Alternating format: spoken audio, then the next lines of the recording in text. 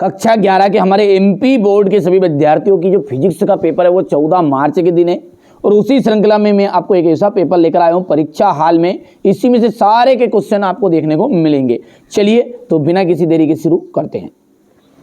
पहला क्वेश्चन है हमारा, सरल लोलक का आवर्तकाल जो होता है ना वो होता है 2 सेकेंड।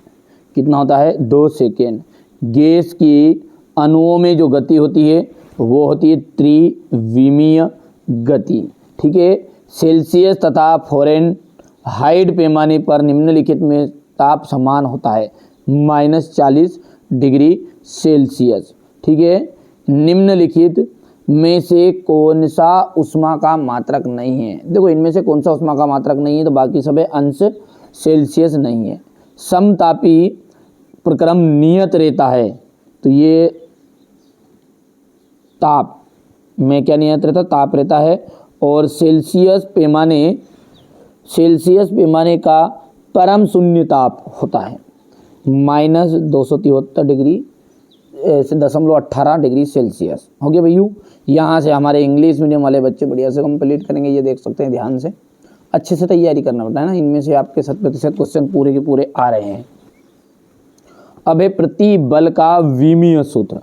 प्रति बल का जो विमीय सूत्र है ना वो क्या है आपका?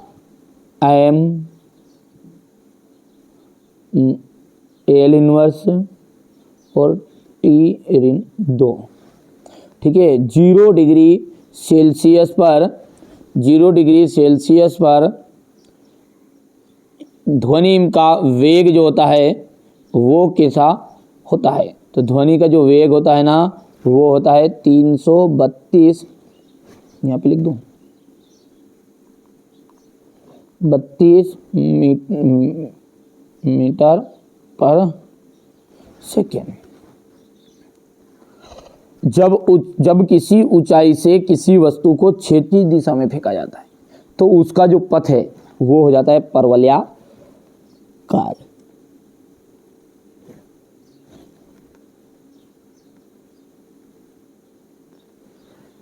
तरंगे केवल द्रव्यात्मक माध्यम में संचरित होती है तो यांत्रिक तरंगे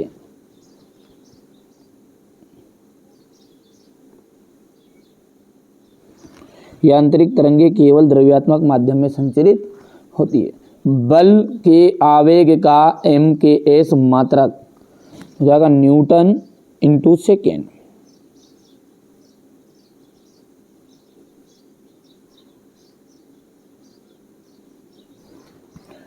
वे सभी निर्देश फ्रेम जिसमें न्यूटन की गति के नियम लागू होते हैं जड़त्वीय फ्रेम कहलाते हैं।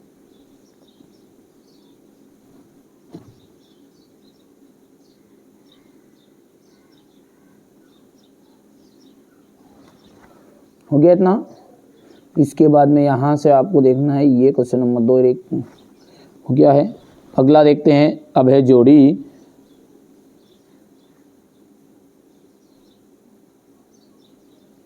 ठीक है भैया। यहाँ से आपको ध्यान से जोड़ी में देखना है। पहला जो है देखो ध्यान से जोड़ी में आवेग। पहला जोड़ी क्या है ये देखो ध्यान से। आवेग का आपका जाएगा बल × समय अंतराल। विस्थापन अपना जाएगा यहाँ पर ये गैस समीकरण PV बराबरी पे nRT है ये। और अध्यारोपण का सिद्धांत है। अध्यारोपण का सिद्धांत तो ये आपका चौथा हो जाएगा यहाँ पर। चंद्रमा की जो गति है, चंद्रमा की गति वो आपकी आवर्ती गति है और गुरुत्वाकर्षण नियतांक का जाएगा अदिश राशि। हो गया भैया इतना कंप्लीट। चलिए इसके बाद में यहाँ पर अपन बात करेंगे। ये यहाँ से आप इंग्लिश मीडियम वाले बच्चे बढ़िया से कंप्लीट करेंगे। अब है एक वाक्य में उत्तर। G और G का सूत्र लिखना है। यहाँ से देख सकते हैं क्वेश्चन नंबर 4 जो G और G का सूत्र मैंने लिख दिया है। किसी वस्तु का भार पृथ्वी के केंद्र पर कितना होता है? तो ये 0 होता है। किसी ताप पर गैस के अणुओं की गतिज ऊर्जा शून्य हो जाती है। किस ताप पर? तो भैया परम शून्य ताप पर। कौन सा ताप है वो? परम शून्य ताप।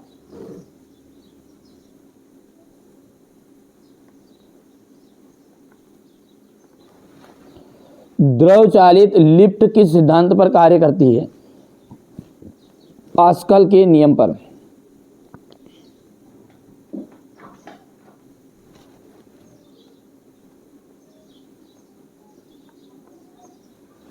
कोणीय संवेग तथा जड़त्व आघूर्ण में संबंध।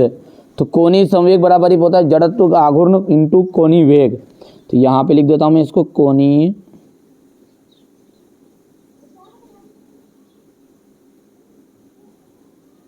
कोणीय संवेग बराबर ही पे जाएगा जड़त्व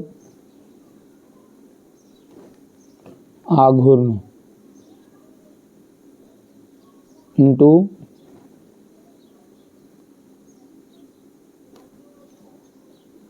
कोणीय वेग। हो गया इतना? चलिए यहाँ से क्वेश्चन नंबर 4 को ध्यान से देखेंगे इंग्लिश मीडियम वाले बच्चे। अब है अगला आपका सत्य और असत्य। ठीक है, चलिए तो सत्य सत्य में देखेंगे, किसी गैस का ताप बढ़ाने पर अणुओं की गति ऊर्जा घट जाती है क्या?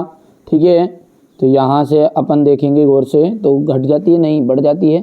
तो ये आपका हो जाएगा असत्य। दूसरे की बात अपन करेंगे, गतिज घर्षण का मान सीमांत घर्षण से हमेशा कम होता है। तो ये आपका सत्य रहेगा। बल बराबरी पे द्रव्यमान इंटू त्वरण, ये भी आपकी राइट बात रहेगी।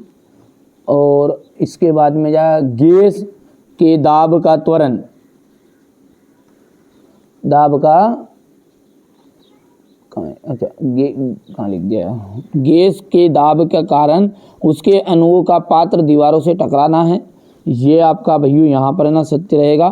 और प्रत्येक ग्रह सूर्य के चारों ओर वृत्ताकार कक्षा में चक्कर लगाते हैं। तो ये आपका असत्य रहेगा। हो गया इतना? ये देख लो। अब क्वेश्चन नंबर 5 को देखो ध्यान से, यहाँ से ये हो जाएगा आपका इतना। क्वेश्चन नंबर 6 देखो, एक समान त्वरित गति के लिए वेग समय ग्राफ खींचिए। साइकिल में मरघाट क्यों लगाए जाते हैं? क्रिकेट का खिलाड़ी तेज गति से आती हुई गेंद को पकड़ने के लिए अपने हाथ को पीछे की ओर क्यों खींचता है? सीमांत घर्षण क्या है? बंदूक से गोली चलाते समय उसे पीछे की ओर धक्का क्यों लगता है?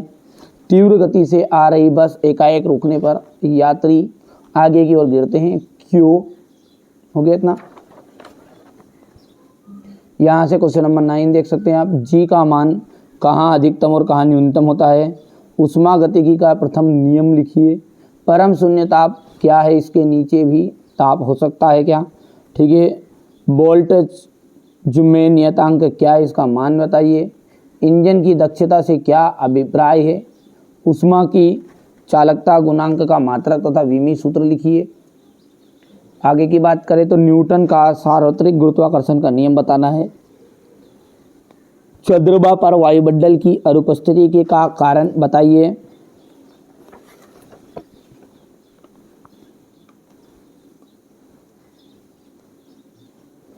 चलिए इसके आगे क्या है आपका? भौतिक समीकरण v स्क्वायर इक्वल हो जाएगा u स्क्वायर प्लस 2as की शुद्धता की जांच करना है।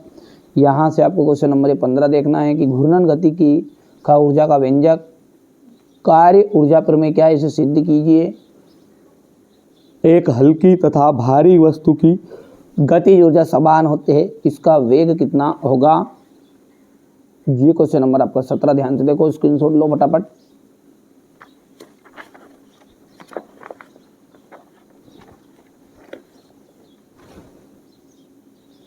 यहाँ पर देखिएगा, ये क्वेश्चन नंबर 18 है आपका। ये क्वेश्चन नंबर 19 है। समाकलन विधि से गति के तृतीय नियम का निगमन कीजिएगा। और क्वेश्चन नंबर ये रहा आपका 20। तो ये टोटल आपके 20 क्वेश्चन रहेंगे और मैंने पूरे आपको बता दिए।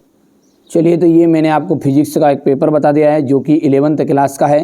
पूरा सॉल्यूशन भी मैं आपको प्रोवाइड करा दूंगा। यदि कोई भी चीज़ें आती है रियल पेपर की तो वो ठीक 1 दिन पहले आती है या 2 दिन पहले आती है, तो जैसे आएगा आप तुरंत बता दिया जाएगा। जब तक ये खास जो बड़े रिसर्च के बाद बताए गए क्वेश्चन हैं इनको आप कंप्लीट कर लेना, है ना। रियल पेपर आएगा, 100% श्योर आएगा और इसी चैनल पे मिलेगा। डंकी की चोट पे मैं आपको बताऊंगा। बिल्कुल आपको घबराना नहीं है। चैनल को सब्सक्राइब करके रख लेना, नोटिफिकेशन ऑन कर लीजिएगा।